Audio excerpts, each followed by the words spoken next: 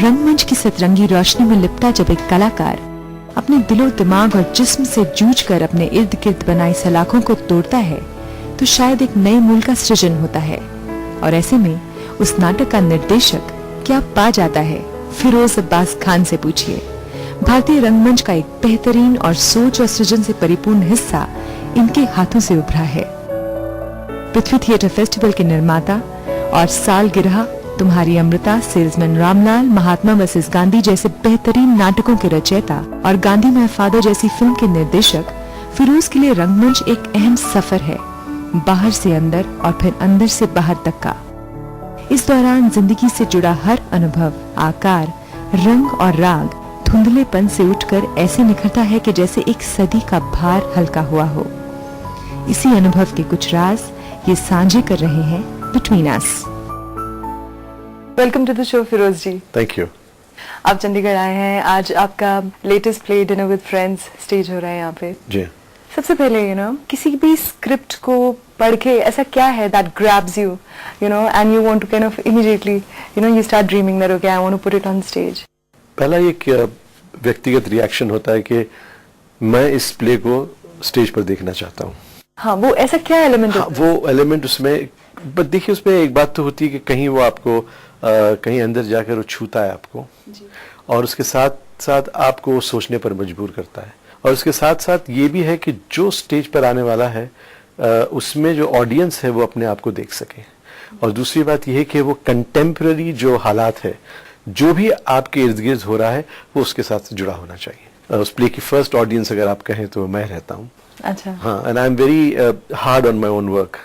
How do you manage that? Because there's always this danger of, being totally, you're so close to yourself and your work. Yeah. How do you manage that? Yeah, but that's the objectivity that I have kept. Conscious? Yeah, because जब भी मैं rehearsal भी करता हूँ तो मुझे लगता है कि ये बहुत ही बोरिंग है, या इसमें कोई बात नहीं हो रही है, ये खराब है। काम करते वक्त बहुत प्यार होता है, लेकिन बार काम हो जाने के बाद मैं उसको एक डिस्टेंस से रखता हूँ। तो ये जो है इन्वॉल्वमेंट इस डिस्टेंस की वजह से उस काम में एक सब्जेक्टिव पैशन है और एक ऑब्जेक्टिव ट्रूथ है उसमें। अच्छा, जब प्ले पे आप काम करना शुरू करते हैं, ऑफ कोर्स सबसे पहला step of course you look at your actors, right. एक एक्टर में ऐसी क्या चीज है जो आपको उसको कास्ट करने के लिए कहती है कि ओके? ये भी बड़ा इंस्टिंक्टिव काम है, इसमें कोई फॉर्मूला ऐसा होता नहीं है। मैं 2 कास्टिंग आपको बता दूं, या 3 कास्टिंग। एक है तुम्हारी अमृता, जिसके बारे में अमूमन ये सवाल पूछा जाता है कि आपने शबाना और फारूक को क्यों लिया। तो उसमें मुझे 2 ऐसे एक्टर्स चाहिए थे जो मुझे लगता था कि ये बड़े कंपैटिबल है, अगर इनकी शादी हो जाती तो कितने अच्छे लगते। हाँ। तो ये मेरे एक आइडियल पेयर थे, शबाना एंड फारूक। अब अलग बात है कि उनको मिलने के बाद मुझे लगता है कि अगर उन्होंने शादी किया होता तो एक दूसरे को पता नहीं क्या कर देते। So it would have been the biggest disaster if they were married. But वो मुझे बाद में पता चला। मुझे लगता था कि ये दोनों एक बहुत कंपैटिबल, कंफर्टेबल और एक ऐसे कल्चर से आते हैं कि आपको लगता है कि ये made for each other couple है। और वो इस प्ले के लिए बहुत जरूरी था, क्योंकि इतना सब अच्छा लगने के बावजूद भी वो एक दूसरे को मिल नहीं पाते। तो वो उस तरीके से उसकी कास्टिंग हुई।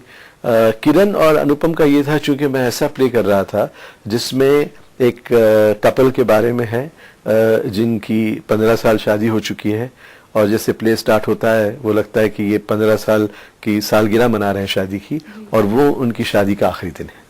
अच्छा। क्योंकि वो उसके बाद में अलग हो रहे हैं, सेपरेट हो रहे हैं।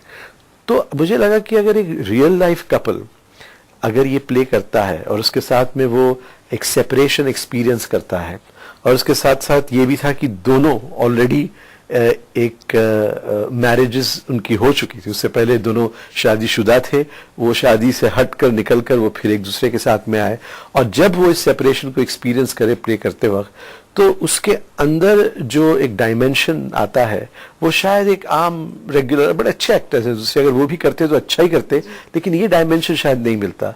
तो वो मुझे लगा कि ये बिल्कुल सही है। फिर सेल्समैन रामलाल की बात आई, तो काफी लोगों ने कहा कि जब मैंने सतीश कौशिक को लिया तो मैंने कहा कि मैं बहुत बड़ी गलती कर रहा हूँ, क्योंकि उसका जो कैरेक्टर है रामलाल का, और जो ओरिजिनली सेल्समैन रामलाल यानी death of a salesman Willy Loman, तो लोगों का ऐसा मानना है कि बहुत ही सीरियस प्ले है, बड़ा सीरियस कैरेक्टर है। तो ये एक सतीश कौशिक जिसकी छवि ऐसी रही है, या लोगों ने उसे कॉमेडियन समझा है, और वो भी caricature over the top kind of comedian, अब वो इस किस्म का रोल करेगा तो कुछ लोगों ने तो मुझे चिट्ठियां, छोटे नोट्स भेजे, कुछ ने फोन किया मुझे, कहा कि तुम ये क्या कर रहे हो। लेकिन मेरा ये मानना था कि जब कोई भी आप ट्रेजेडी करते हैं तो उसको एक ट्रेजेडी के तरीके से ना करें, आप उसको वो रखें कि वो एक कैरेक्टर है जो इस माहौल में और इस हालात में जी रहा है जी। अब वो अगर अपने आप को सोचेगा कि मैं बड़ी ट्रेजेडी हूं, तो फिर वो उस प्ले का ओपिनियन प्ले करेगा, उसका थीम। एक्टर प्ले का ओपिनियन थीम प्ले नहीं कर सकते हैं, वो तो जिस सिचुएशन में है, जो उसके हालात है, वो उसमें जो है उलझ कर समझ कर अपना काम करते हैं। और उसमें एक ऐसा आदमी जो ये समझता है कि वो जिंदगी में बहुत हासिल कर चुका है एक तरीके से, और एट द सेम टाइम वो जानता है कि he is been a biggest failure, तो इस किस्म का कैरेक्टर, तो मुझे लगा कि सतीश कौशिक अगर उसे प्ले करे तो वो जो बात इसमें लाएंगे वो शायद एक रेगुलर जो एक्टर होता है वो नहीं ला सकता है। और क्योंकि उनका साइज ऐसा है, उनकी बॉडी लैंग्वेज, इन सारी चीजों के अंदर, तो मुझे, और मैं समझता हूं कि सतीश कौशिक ने एक सबसे बेहतरीन परफॉर्मेंसेस में अगर आप गिने हिंदुस्तानी थिएटर में, तो उसमें इसका शुमार होगा, इसकी गिनती होगी सेल्समैन रामलाल की। अच्छा, किसी भी किसी भी पीस ऑफ वर्क में, I am talking of performing arts, सब कुछ सही होते हुए भी बहुत बार सोल नहीं होती। Technically you have great brilliant actors. आपकी प्लेज में जितने भी मैंने प्लेज देखे हैं, there is always been a lump of there is been a lump in my throat, and that's not any exaggeration. How does a director and his team manage such a tangible bit of emotion in his piece of work कि वो इस तरह से reach out करे? सबसे पहले तो जो आप प्ले लेते हैं, जो स्क्रिप्ट है, उसमें वो बात होनी चाहिए। अगर उसमें बात नहीं है तो आप चाहे कुछ भी कर लें, उसमें कुछ तो कमी रह जाती है। उसके बाद ये होता है कि जो कलेक्टिव सेंसिटिविटी है, जो काम कर रहे हैं, उनकी जो संवेदनशीलता है, वो अगर सब मिलकर उसी, अगर उसमें है क्या कहें, उसी वेवलेंथ पर चल रहे हैं, और वो अपने आप पर ज्यादा ध्यान न देते हुए जो प्ले है, जो मटेरियल है, जो कहानी है, या जो उसमें है, वो उसके अंदर जो है, उसका जो ट्रूथ है, उसकी तरफ अगर वो जाए, ना कि ये कि देखो मैं ये कैसे कर रहा हूं, बट ये कि ये जो सच्चाई है इस प्ले की और इस परफॉर्मेंस के अंदर, मैं उस सच्चाई तक कैसे पहुंचूं, अगर उसकी जर्नी है, तो मैं समझता हूं कि जो आप बात कर रहे हैं कि सोल की, वो बिल्कुल आएगी। बिकॉज सोल जो है किसी भी चीज की, वो एक सच्चाई की शोध में है। मुझे एक प्ले के बारे में जरूर बात करनी है, because that's how it amazed us, the audience. जब आपने महात्मा वर्सेस गांधी किया, तो आपने हरिलाल का रोल प्ले किया खुद, और Boman Irani, 6 feet something man, the way he bended his body and the way he, it was brilliant. एक तो आप खुद as an actor जब आप direct करते हैं, तो how do you approach yourself? और दूसरा ये कि बोमन ईरानी को जब आपने महात्मा गांधी के रोल में कास्ट किया, what were you thinking? पहले तो ये कि मैं एक एक्टर हूं by compulsion now and not by choice. तो पहले इसमें एक्टर्स अलग थे। अच्छा। महात्मा वर्सेस गांधी में पहले गांधी का रोल नसीरुद्दीन शाह करते थे, और उसके बाद में उसमें जो हरिलाल का रोल था वो के मेनन जो है, वो इसी प्ले से एक प्रोफेशनल स्टेज पर शुरुआत की थी उसने। लेकिन वो टीम चेंज हो गई, तो हमको ये प्ले साउथ अफ्रीका में करना था। अच्छा। एक इतने छोटे वक्त में मुझे प्ले करना था वहाँ, तो आसान ये कि मैं खुद हरिलाल करूँ तो कम से कम एक मेजर रोल, उसका प्रॉब्लम सॉल्व हो जाता है। दूसरा ये था कि मैंने बमन को एक प्ले में देखा था, उसका नाम था आई एम नॉट बाजीराव, और वो भी मैं समझता हूँ कि इतना बेहतरीन परफॉर्मेंस हिंदुस्तान तो समझ छोड़िए, मैं समझता हूँ दुनिया में जो मैंने परफॉर्मेंसेस देखे हैं उसमें से it is one of the best performance that I have seen. और उसमें उसने एक बूढ़े का रोल किया था। Theatre, it is symbolic in many ways. Theater it's a metaphoric. It's not a chair can stand for so many things. Yes. A small stool can become so many things. It transcends the obvious perceptive reality. It goes much beyond that. तो उसकी वजह से theatre में यह है कि अगर आपने उसके जो आकार हैं अगर वो आपने वो बराबर बनाए हैं और आपने अगेन उसका जो ट्रूथ है, जो सच्चाई है, अगर वहां तक आप पहुंचे हैं तो फिर आपकी फिजिकलिटी भी ट्रांसेंड हो जाती है। यही हुआ हाँ, और सिनेमा में ये होता है कि चूंकि सिनेमा रियलिज्म, यानी अगर ट्री है तो ट्री दिखाना पड़ता है, आप एक सिंबॉलिक नहीं दिखा सकते कि लोग परेशान हो जाते हैं, लेकिन थिएटर में ऐसा नहीं। और चूंकि मैंने उसका performance I am not Bajirao में देखा था तो मुझे यकीन था कि ये रोल करेगा। और उसको जब मैंने पूछा तो कहा कि मुझे ऐसा लगा कि आप मुझे खान अब्दुल गफ्फार खान का रोल कराने वाले, क्योंकि वो लंबे चौड़े थे तो मुझे ये रोल, तो वो खुद परेशान था। मैंने कहा नहीं, मेरा पूरा विश्वास है कि तू कर पाएगा। मैंने सिर्फ इतना कहा कि वेट कम करना पड़ेगा क्योंकि वो बेहुदा लगेगा अगर आप बहुत बड़े हैं। तो उसने बहुत मेहनत की, इतनी शिद्दत से काम किया उसने।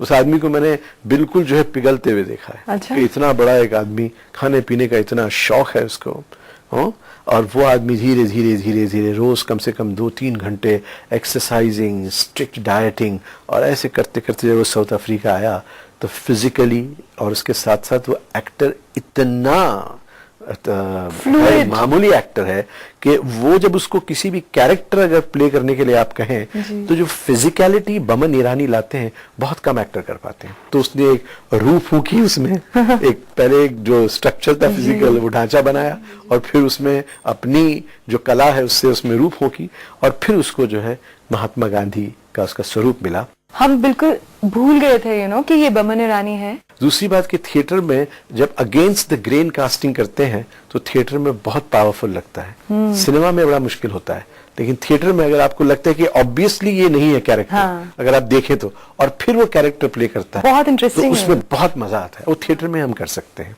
सिनेमा मुश्किल होता है। आपने इसी पे फिल्म भी बनाई, I mean you turned it into a film. वो मीडियम, उसकी फ्रीडम या उसकी लिमिटेशंस क्या महसूस हुई हैं आपको आफ्टर थिएटर? पहले तो बहुत घबराहट हुई क्योंकि मैंने कभी जिंदगी में फिल्म की नहीं थी। तो जब महात्मा गांधी माय फादर जब फिल्म बनाने का पूरा प्लान हुआ तो मुझे बहुत दिनों तक तो नींद नहीं आती थी क्योंकि मुझे समझ में नहीं आता था कि मैं कहाँ से कहूँगा स्टार्ट, साउंड, कैमरा, एक्शन, और कहाँ कट कहूँगा। मुझे कुछ समझ में नहीं आता था क्योंकि वो ग्रामर अलग है उसका। जी। तो मैंने बहुत किताबें पढ़ी, बहुत वो रिसर्च किया, जितना भी मुझसे हो सकता था कि कैसे शूटिंग करते हैं ये जानूं मैं। जिन जिन लोकेशंस पे हम शूट कर रहे थे वहां मैं स्टिल कैमरा, वीडियो कैमरा लेकर गया।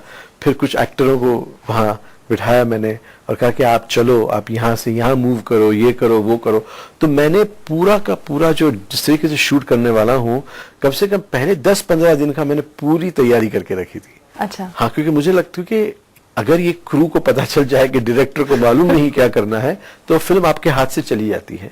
और वो पहले शॉट से उनकी समझ में आ जाता है कि भाई ये डायरेक्टर जो है इनको नहीं है, लेकिन क्योंकि फिल्म रुक नहीं सकती है तो फिर दूसरे लोग जो है फिल्म टेक ओवर कर लेते हैं एंड आप स्पेक्टेटर बन जाते हैं। तो वो सारी चीजें मैंने की। तो मैंने थिएटर डायरेक्शन का सहारा लिया पहले तो उसमें जो एक्सपीरियंस था उसकी वजह से फायदा ये हुआ कि हर एक चीज बहुत प्लान की गई थी कि मुझे ये भी मालूम था कि मेरा फ्रेम इतना है, इसमें क्या क्या होगा, डेप्थ, कलर्स, लाइटिंग।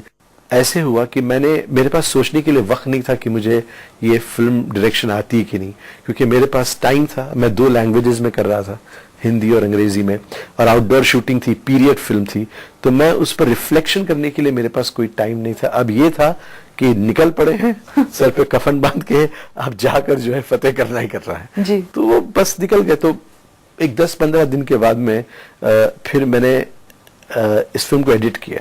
तो जब मैं एडिटर के साथ में बैठा तब मुझे इसके ग्रामर के बारे में और समझ में आया, और फिर जब मैंने शूटिंग की उसके बाद में तो उसके बाद में I was far more confident, या मोर देन आसान तो कभी कोई फिल्म बनाना आसान नहीं है। प्लेस डायरेक्ट करना आपको फिर भी ज्यादा एक्साइटिंग लगता है आज भी? मुझे आज भी, मैं अपने आप को थिएटर डायरेक्टर ही मानता हूँ। पहले बहुत कम रिसोर्सेज में आप कोई बहुत बड़ी बात कह सकते हैं, लेकिन फिल्म में शायद बहुत सारे रिसोर्सेज के बावजूद भी शायद बहुत ही खोखली या कोई बड़ी बात नहीं, बहुत छोटी सी बात के लिए। तो थिएटर में अलग अगर आप काम करें तो वो लोग देखना चाहते हैं और आप उनकी अपेक्षा होती है कि आप अलग काम करें। सिनेमा में ये होता है कि जो चल रहा है वही आप करें, अलग ज्यादा करें नहीं। हाँ, उसकी सबसे बड़ी बात है सिनेमा की, सबसे अच्छी है कि तो रीच इतनी है कि कहाँ पहुंचती है। और उसकी जो टाइमलेसनेस भी है, you know, it's dateless now. या बिकॉज वो हमें वो एक बन गई है। हाँ, और तो आप कभी भी उठा के देखते रहते हैं तो वो प्रिंट पर आ गई है। It's there, right there. It's there, जैसी थी वैसी है। थिएटर में ऐसा नहीं होता है, हर दिन नया शो, हर पल नई बात। तुम्हारी अमृता 21 साल तो हो ही गए हैं उसे, 20 अब 21 होने 20-21 साल हो गए हैं। उसमें क्या चेंजेस देखे आपने इस प्ले में? क्या it must be an interesting thing to observe, you know, the evolution that the play must have gone through. You see, there's one thing we made sure कि कोई भी एक्टर डायलॉग्स याद नहीं करेगा। हाँ, आप जो है चिट्ठी पढ़ने का जो एक फॉल्सनेस आ जाएगी उसमें, एक परफॉर्मेंस आएगा, लिविंग नहीं होगा जी। तो मेरा मतलब ये था कि आप जो हैं और जहां आप हैं और जो आपको हो रहा है वो सारी चीजों को लेकर आप ये चिट्ठियां पढ़ेंगे जी। तो जैसे जैसे उम्र बढ़ी है उनकी, आज अगर आप देखें तुम्हारी अमृता में तो उसमें शायद और गहराई आ गई है क्योंकि दोनों एक्टर्स एक जिंदगी में 20 साल का सफर हुआ उनका। 20 साल में बहुत कुछ बन जाता है इंसान, चाहे कुछ बने ना बने, गहरा तो बन ही जाता है। तो आज जब वो पढ़ते हैं लेटर्स तो एक अलग किस्म का आपको एक उसके नुएंसेस बिल्कुल अलग हैं और चूंकि याद नहीं किया है तो उतना ही फ्रेश है जितना पहले शो पे था और ताजा है और गहरा है। और खास बात ये कि वो बहुत कहीं पे भी it can fall flat, you know, because कोई मूवमेंट नहीं है, कुछ नहीं, बैठ के बस पढ़ रहे हैं। जब वो स्टेज पे आए थे तो मुझे लगा oh God how will they hold this, you know, तो पता नहीं क्या करने वाले, बहुत पकाने वाले हैं हमको। और एक पल के लिए भी नहीं लगा क्योंकि उसकी भाषा, उसका एक्सप्रेशन और उसमें जो सरकाज़म है एक दूसरे के लिए, एक टीजिंग है और एक हर तरह के इमोशंस हैं उसमें। अब वो उसका मेन स्टार तो मेरे हिसाब से राइटर है। काम का एक ये मजा भी है कि हम लोग प्रैक्टिस करते हैं भूलने के लिए, याद करने के लिए नहीं। हाँ, कि फिर वो बातें हमारे ध्यान में हो ही नहीं। अब जो होगा वो जो आपके बिल्कुल अंदर है, आपका जो अनकॉन्शियस है, उसको एक्सेस करने के लिए पहले कॉन्शियस को जो है वो आपको बाहर करना पड़ता है जी। तो अब वो इफेक्ट तो उसलिए हमने पूरी रिहर्सल भी वैसे की और आज भी वही सिलसिला चला है कि एक वर्ड भी उन्होंने याद नहीं किया। अमेजिंग। हाँ। आपके प्लेस की एक और चीज जो मैंने थोड़े बहुत जो भी देखे हैं, मैंने ऑब्जर्व किया है कि थिएटर में थोड़ी ज्यादा फिजिकलाइजेशन, थोड़ी ज्यादा लाउड एक्टिंग हो ही जाती है, द बेस्ट ऑफ देम। पर आपके प्लेज में मैंने एक चीज जो कॉमन थ्रेड देखी है उसमें बहुत सटल है and that is quite an achievement because theatre में उस तरह की सटलिटी, यू नो, लाना और आवाज को बिल्कुल नीचे ले जाना और विस्पर्स भी हैं उसमें। ये आपका एक कॉन्शियस चॉइस थी और क्यों थी? जब मैं प्ले देखता हूँ तो वो मुझे दिखता है सामने कि ये शायद ये पिच ऐसा होगा तो इसमें ये मजा आएगा। और अगर अच्छा एक्टर होता है तो फिर उसके साथ में एक जुगलबंदी एक स्पार करते हैं, मैं उसे कुछ एक थोड़ा सा सजेशन दूं, वो करता है। हर एक्टर ये अपने आप में एक अलग स्टडी है। सो एज ए डायरेक्टर आप एक साइकेट्रिस्ट का रोल बहुत बड़ा निभाते हैं। आपको समझना पड़ता है कि ये एक्टर है, ये एक्टर सजेशन से समझता है, ये एक्टर कॉन्फ्रंटेशन से समझता है, ये एक्टर समझता है कि इसको कोई आप इमेज दे दें। I will do everything to make sure that the actor does his best. जब मैं किसी भी एक्टर को देखता हूं कि उसने उसकी जो काबिलियत है वो पूरी तरीके से स्ट्रेच किया, उसको स्ट्रेच किया, उसने अपने जो है जो बाउंड्रीज है, जो उसकी जो अपने आप को उसने बांध कर रखा है, उसे उसको आजादी मिली है। Because I think when actor breaks is when he opens up a different world for him, and that's a totally different joy. It's a different joy because as long as he keeps himself saying देखिए मुझे ये आता है, मैं इतना करता हूँ, मतलब उसके, और हर एक्टर जो है वो अपने कंफर्ट जोन में रहना चाहता है, लेकिन उसका मेरे लिए उसका कोई फायदा नहीं है। मैं तो ये चाहता हूँ कि जब आप मेरे साथ काम कर रहे हैं और जब मैं उनके साथ कर रहा हूँ तो हम दोनों अपनी लिमिट्स को स्ट्रेच करें और स्ट्रेच करते करते शायद टूट जाएं, तो जब तक टूटेंगे नहीं तो बनेंगे क्या, और नया कुछ दिखेगा नहीं, आपको खिलेगा नहीं उसमें। तो that is how I work with them and that's why we go to places where we have not gone before. क्योंकि आप नहीं जलेंगे तो ऑडियंस कहाँ जलेगी? बिल्कुल। You have to go through that pain of the character. So doesn't that tempt you to act more often? Not really, because honestly speaking, I'm not tempted to act. Yeah, it's only when the situation arises that I have to, and I think the fact is that because I'm an actor, I was an actor. It helps the actors a lot because I understand what's going on with them. नहीं तो कई बार ये हमेशा actor और director का जो है ये रिलेशनशिप ऐसी है कि उसमें ज्यादातर के क्लैश ही होते हैं। क्योंकि एक्टर को लगता है कि डायरेक्टर तो समझता ही नहीं है हमारे क्या हो रहा है हमारे साथ में, एंड डायरेक्टर उसको लगता है क्या है ये, you know, he is not able to do that. So I think that way I have that confidence of the actors in me. आपने of course Ratan Thiyam and Jennifer Kapoor, I think these two people, I think you always held in high, that's right. you know, state. Jennifer Kapoor के साथ आपने interact भी किया है. जी हाँ, जी, हमने पृथ्वी theatre में ये जेनिफर कपूर हमारे प्लेस देखने आती थी. वो और शशि कपूर हमेशा जो भी प्लेस होते थे उसका पहला शो देखने दोनों आते थे. तब उनकी ख्वाहिश थी कि वो अपनी एक रेपर्टरी कंपनी खोलें, और उसमें उनकी एक विश लिस्ट थी एक्टर्स डायरेक्टर्स की, तो उसके एक्टर्स की विश लिस्ट में मैं भी था. अच्छा. फिर हमारा इंटरेक्शन होने लगा. फिर हमने सोचा कि भाई एक काम करते हैं कि पृथ्वी फेस्टिवल करते हैं. लेकिन उसी फेस्टिवल के आखिरी दिन पर हमको ये बताया गया कि मुझे बताया गया कि अब जेनिफर जा रही है इंग्लैंड क्योंकि कैंसर है उनको.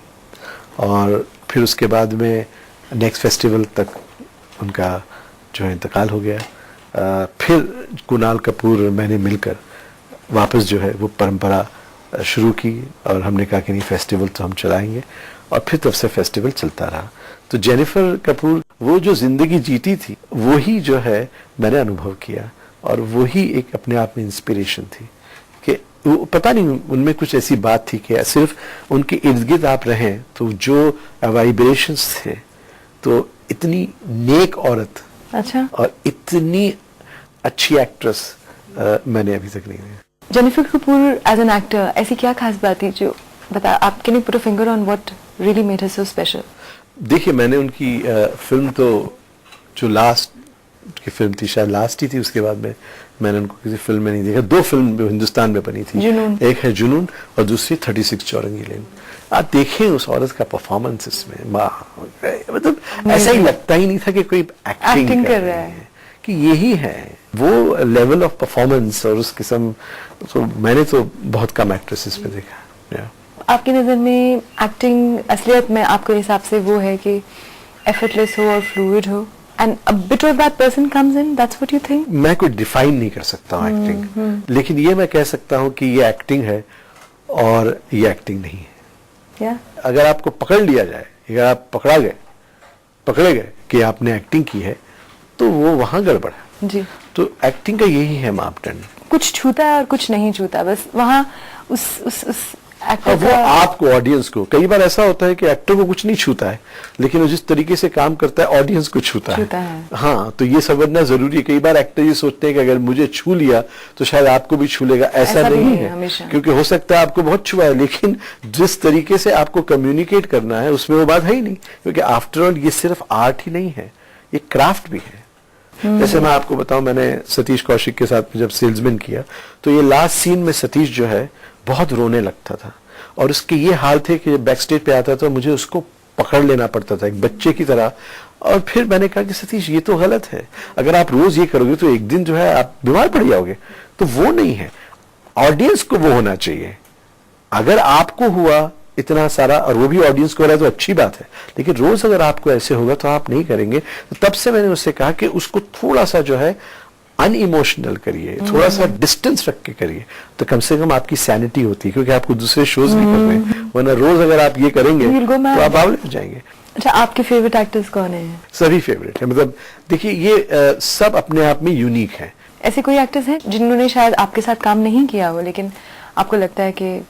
देखिए, मराठी में देखता हूँ थिएटर बहुत जी. तो मराठी में बहुत बहुत बहुत जबरदस्त एक्टर्स हैं. अच्छा, जैसे वो गुजर गई हैं, लेकिन मेरी फेवरेट एक्ट्रेस थी भक्ति बर्वे. हाँ. भक्ति बर्वे इनामदार, बहुत ही आउटस्टैंडिंग एक्ट्रेस. फिर आजकल जो थिएटर में एक्टर्स हैं जो पृथ्वी में देखता हूँ, तो अभी मैंने नसीरुद्दीन शाह का एक प्ले देखा, walk in the woods, and मैं समझता हूँ उनका performance is like master class. Ratna Pathak Shah ने डायरेक्ट किया. जी हाँ. तो उसमें जो नसीरुद्दीन शाह ने जो काम किया है वो शायद हर एक्टर को देखना चाहिए. वो मास्टर क्लास है एक्टिंग की, जिसे आप कहें. कि एक ही परफॉर्मेंस में आपको शायद पूरी एक्टिंग की एक किताब आपको दिखाई देगी. थिएटर में एक अतुल कुमार भी हैं, वो भी बहुत अच्छा काम करते हैं. वो फिजिकल थिएटर करते हैं ज्यादा करके, लेकिन वो फिजिकल थिएटर में जो उनका काम है वो बहुत बहुत अच्छा है. अच्छा, जुबान आपको कौन सी ज्यादा पसंद है अपने प्लेस के लिए? आपने उर्दू में भी की है, आपने मराठी में भी किया है, हिंदी और इंग्लिश? गुजराती में मैंने किया, मराठी में नहीं किया। देखिए, वो प्ले की जो जात है वो अपनी जबान डिसाइड करता है।